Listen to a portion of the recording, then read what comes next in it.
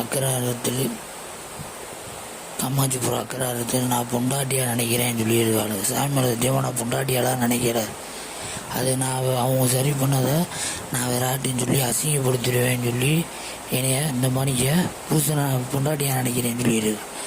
என்னை உடல் உறவு பண்ணவே கூப்பிட்டுருக்காங்க. நான் போகலை. நான் எல்லாத்தையும் அக்கா தங்கச்சியாக தான் நினைக்கிறேன். அது ஒன்று.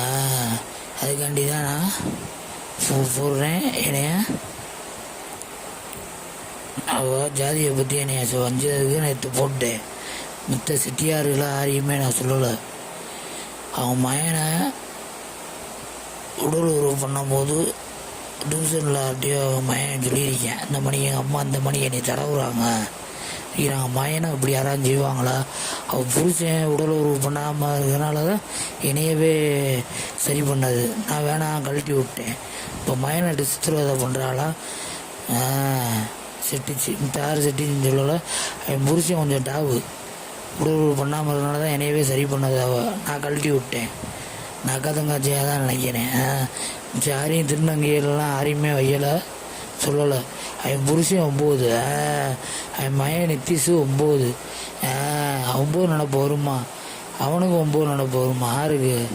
மூத்த மயனுக்கு 9 நினப்பு வரும். விஷ்ணு அவனுக்கும் 9. விஜயனா முத்துராமணியம்னா சிங்கம்னு நல்லாவே தெரியும். எல்லாத்துக்குமே வரட்டா சிட்டி புரியும் தெரியும்.